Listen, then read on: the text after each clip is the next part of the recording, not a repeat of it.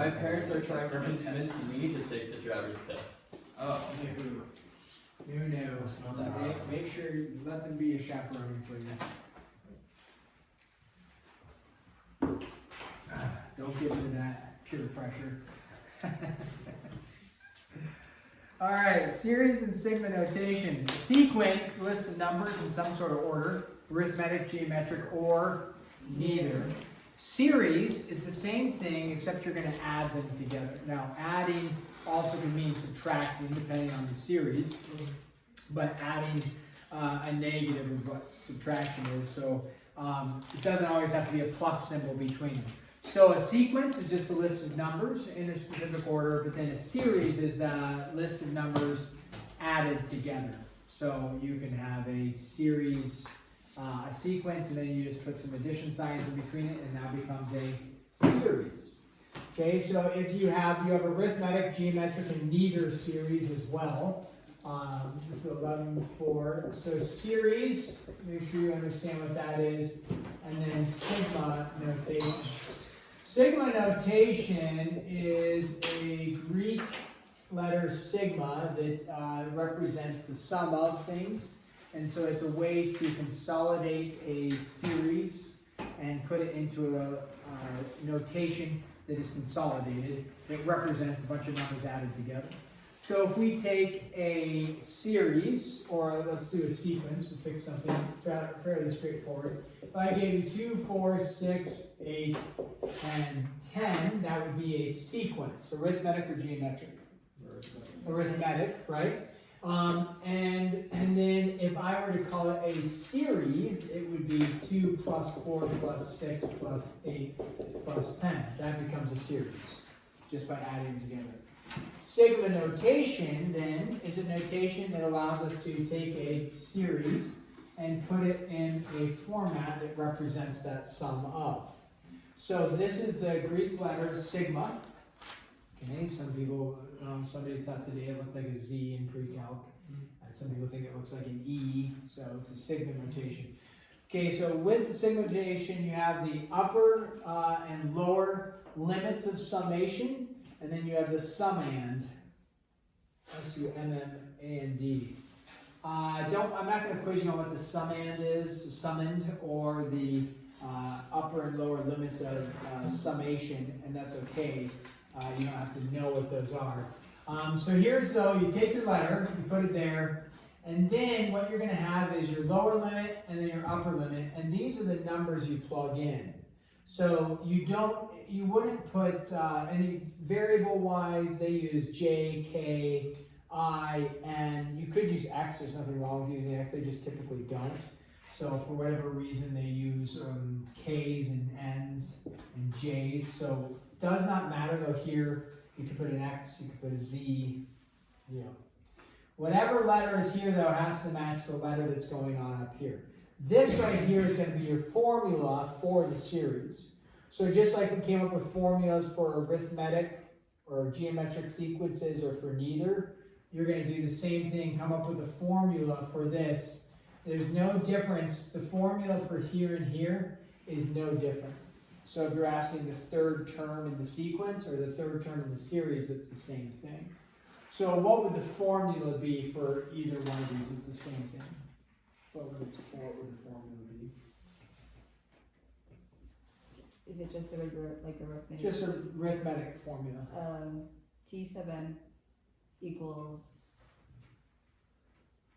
T sub 1 plus parentheses n minus 1 times the Nice. Yeah, nailed it. So what is it for this one? That's perfect. So Eliana, I just gave it to you. So what is it? T equals n plus 2. Nope. 3 plus 2n. Nope.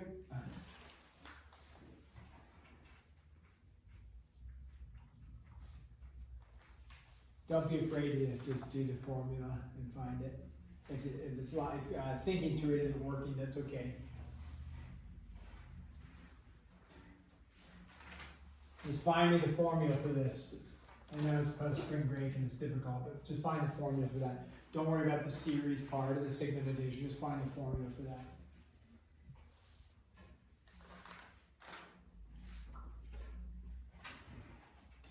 Eliana gave you the formula, right?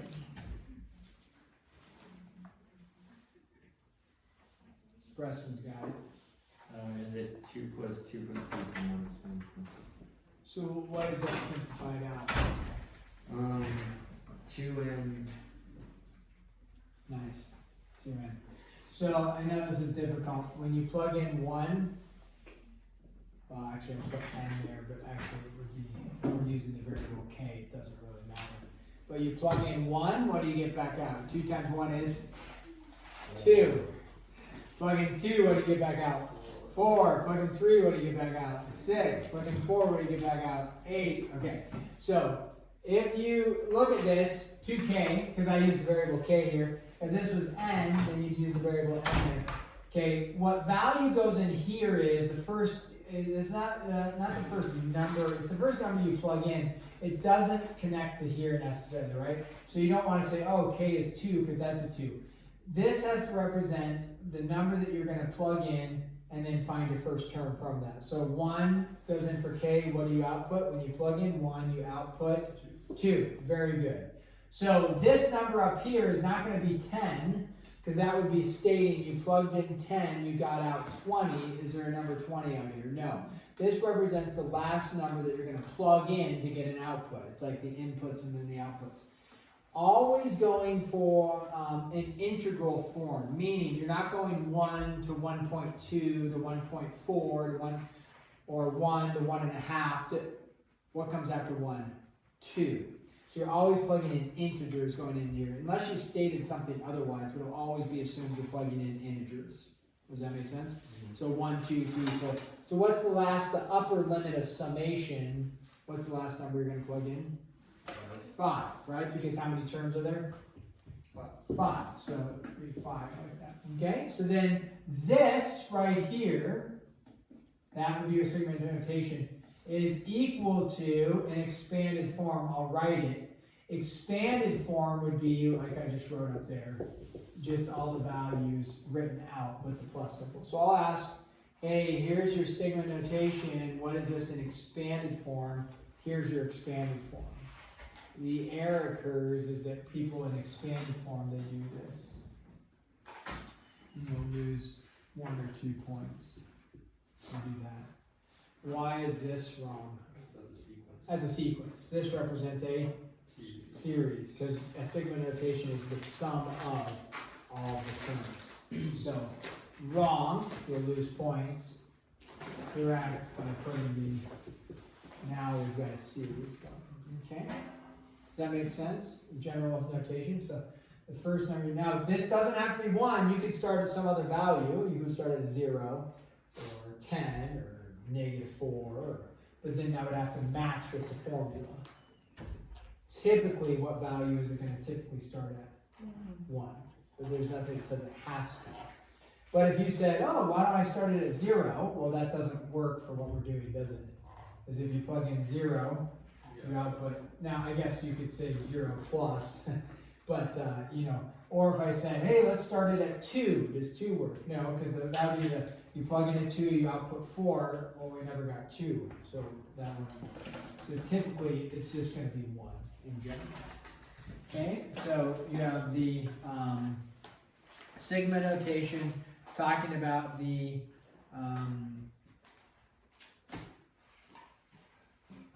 series. So then it's going to say write in sigma notation, just like we did, but we'll do a formal example here. And let's say we have 1 over 5 to the 3rd plus 1 over 5 to the 4 plus 1 over 5 to the 5 plus plus 1 over 5 to the 15. Okay? So sigma notation, why? Because it's a series. It doesn't ask us to find the sum. It just says put this in sigma notation. So we are going to take this. Now, whether or not it's arithmetic, geometric, or neither, we just have to come up with a formula for it, right? So we need a formula to plug into, so that we plug in 1, or like I said, you can plug in 0, or you can plug in whatever you want to start it with. It doesn't matter as long as it works for the formula. Okay, so in some ways, writing the formula, and then putting the limits of summation could be beneficial. You know, like write the formula and then figure out what you're going to do. So we look at this. Does this look arithmetic? Are you adding the same thing? No. Does it look geometric? It kind of does. It looks a little funky, but is it geometric? Remember, geometric just means you're multiplying something to the previous term, the same thing to the previous term. So are we multiplying the same thing over and over and over? Yeah. We are. What does the top get multiplied by? 1. And then what does the bottom get multiplied by? 5. Yeah, so it is. Now, if you don't think of it as arithmetic or geometric, but just write a formula, that's fine. Over here, you maybe should have been able to, if it was post-spring break a little farther out, you know. You could have just written it without thinking through a formula. You know, or writing out the formal like Eliana said, t sub 1 plus n minus 1 times common difference. You could have maybe just thought, oh, 2, 4, 6, 8, that's just even, so 2 times something. Like that. Possible. So, doesn't matter what variable we use, let's just use j. Mix it up. Okay, j, what do we know stays true on the top? It's always going to be 1. Alright. On the bottom, we know we always have a base of 5. And then what might we put here? To the third. It's got to have a variable in here. Oh. Right? J. J, 5 to the j. Yeah. Okay? So 5 to the j. Looks reasonable. Now, what do we want to start out at? 1. Okay? So we plug in 1. 1 over 5 to the 1 is 1 over 5. Do we see a 1 over 5 up here? Nope. Nope. So it's 3. Don't want to start at 1, want to start at 3. Unless you said something like this, you could say, I'm sorry, j plus 2, and then start at 1, right? Plug in 1, you get out 3, plug in 2, you get out 4, plug in 3, you get out 5. You could do that. Is that something you'd want to do? No, not necessarily, except to make it like look a little more uniform with starting at 1. But this is a good point to show like, hey, this works great. You're starting at plugging in 3. Now we go up to, what number are we going to plug in? 15. If we had the plus 2, then we would be plugging in up to 13. Yeah. So we're just check it. Like plug in 3, you get out 5 to the third, check. Plug in 15, you get out 5 to the 15, check. How many terms are in this sequence? 15. Oh, wait. 13? 12. Pretty sure it's 13. It's 13. Dang it. Why 13? Principle Started at add 1. The principle of add 1, the plus 1 principle. 15 minus 3 is 12, add 1, right? Because how many numbers are there between 1 and 10? Well, inclusive. 10. But if you go 10 minus 1, you get out 9. So you just add 1. The plus 1 principle. Okay, let's do another one here, a little bit more sophisticated. 1 minus a third plus a fifth. Ooh. Why do we say ooh? What else would we say? I don't know. That's an interesting problem. Yes, it is interesting. Why is it interesting? 2 things that make it a little interesting. Subtraction and addition. Adding and subtracting. And then, Wait, that means you have to multiply. Looks Let's go. geometric. okay, what So, else is interesting about it? It looks arithmetic, but it's actually geometric. It looks arithmetic, but it's actually geometric, but it's actually, Both. Neither. It looks geometric, but it's actually arithmetic. It's actually neither. How do you figure out if it's arithmetic? You see? If you add something. You multiply something. No, arithmetic. Oh, Arithmetic. add. Okay, are you adding so to find if it's arithmetic, you take the, Common difference. yeah, how would you find the common difference? First term minus the second term minus the first term. Okay, so you go negative 1/3 minus 1, and then how do you check to see if it's common? Because that'll give you a value, sure, but then Do the Third minus second. term. 1/5 minus the second term, is that going to give you the same value? No. So is it arithmetic? No. How do I check and see if it's geometric? See if How you many multiply ratios? those. First term, or second term divided by first term. Negative 1/3 over 1, and then what's the other one? 1/5 over negative 1/3. This one gives you a negative, this one gives you a negative, so that's good. But, did they give you out the same value? No. Does it look like there's some sort of pattern though? Yes. Sure. Okay, some sort of pattern. So, when we go to write this in sigma notation, we're going to do our sigma symbol. Okay, pick a variable that you want to use.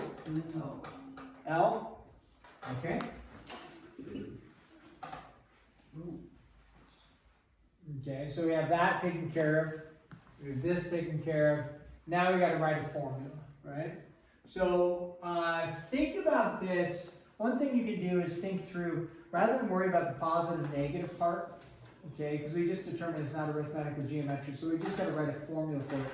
Don't worry about the positive negative. That does throw a little wrinkle in things because it's like alternating. It's like a little confusing. But if I were to say, think about this, 1, 1/3, 1/5, 1/7, we see the pattern, right? We see a pattern. So what would the top number be?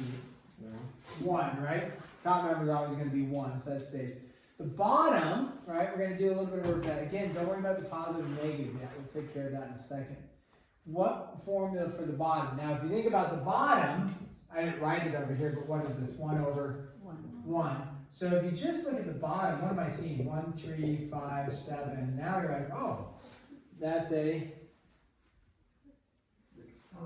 arithmetic. So could I write a little arithmetic formula for the bottom? Yes. Sure. What would the arithmetic formula for the bottom be? 1 plus 2GA.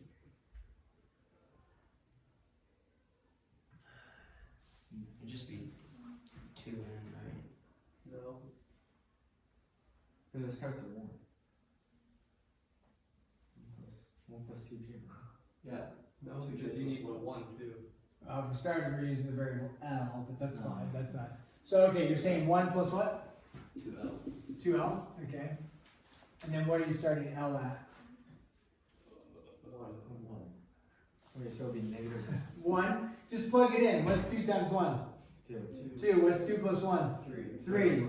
So 1/3. Is that the first term? No. No. Wait, negative 1 plus 2l?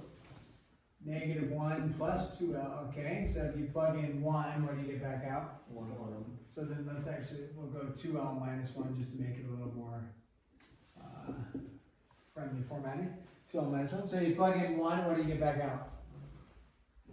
1. Plug in 2, what do you get back out? 3. Guys, just plug it into the formula. I know it's after spring break, but we just, Eliana told us this formula, and we're sitting here guessing and checking and getting it wrong, when all we have to do is plug in the formula and get it right. So just get it right. I know that sounds mean, but it's like, well, just do the work instead of sitting there and guessing wrong. I'm really good at guessing wrong. Okay, congratulations. I guess, right? Just do the work. 2n minus 2. And then what's that? 1 minus 2. So you get 2n minus 1. There you go. Because it's arithmetic, right? If it was a neither, you'd have to guess and check and come up with a formula without a formula, right? But since it's arithmetic, you just plug in the formula and get it right every single time. You don't have to get it wrong. I know, you don't have to. Okay, so 2L minus 1. Does that work for us? Yes. Sure. Now, the issue, we haven't addressed the other issue. Well, there's 2 other issues. One, we started at 1, and we just checked. We plug in 1, it works. We plug in 2, it works. Plug in 3, you get out 5. Plug in 4, you get out 7. Well, how far does it go up to? We need to address Infinity, okay, good. So now we've addressed that. But now what's the thing we haven't addressed? the negatives. The negative, right? So we need it to go from positive, negative, positive, negative, positive, negative, alternate. Well, the way you alternate something by sign is simply multiplying by a negative 1 or multiplying by a positive 1. If you multiply by a negative 1, it makes it negative. You multiply by a positive 1, it keeps it whatever value it is. In this case, it would keep it positive. So to get it to alternate sign, you just simply multiply it by a negative 1 to the something. If we say a negative 1 to the L, what's the issue with that? It's always just negative 1. Well, it starts off as a negative. Starts it off as a negative, because when you plug in 1, it makes this negative, which would make this negative, right? And I want it to be what? Positive. Positive. So the first thing I plug in, I want this thing to turn into a positive. So Negative. Did you have another negative one? Well, if you say 2L, let's try that, this is 2L. You could have another negative L, negative 1. But let's just try 2L. If you plug in 1, 2 times 1 is 2. Negative 1 squared is 1. Okay, so that makes it positive. But it, Then you plug in 2, then it's 4. turns into 4, which keeps this as Positive. positive. So you'd have a positive and a positive. So that wouldn't work. We're on the right track. negative L. Well, that makes it. That just has nothing to do with the sign of the base. That just makes it a reciprocal. Okay. So then it'd be that wouldn't change anything. Could it be 3 now? That one? Then it'll always be odd. I'm sorry, it won't always be odd. Let's try this. 3L. You plug in 1, you get out what? It's 3, which would make it negative. You need something to go from. Plus or minus. Could you? There you go. yeah. Plus or minus. So why is it going to be no the other? Plus or minus 1. Okay, let's go with plus 1. Although I think minus 1's the word, but plus 1. So when you plug in 1, you get out a 2, which makes this a positive. When you plug in 2, this makes it 3, which means you get out a negative, which will make this whole thing negative. You plug in 3, you get out 4, which will make it positive. There you go. Now, if you wanted your first term to be negative, but your second term to be positive, then you just say L. Oh. If you wanted to alternate other way, you just add 1. Or I think you could subtract 1, because then it makes it a 0, which would be 1. Anything to 0 times 1. And then when you plug in 2, it would be 1, so then it would be negative. Make more sense? Yep. A little bit? Okay. Yeah, happy math. Is this too clever? We'll come back. What do you need like an extra day of grades because it's post spring break? Sure, yeah. Slow?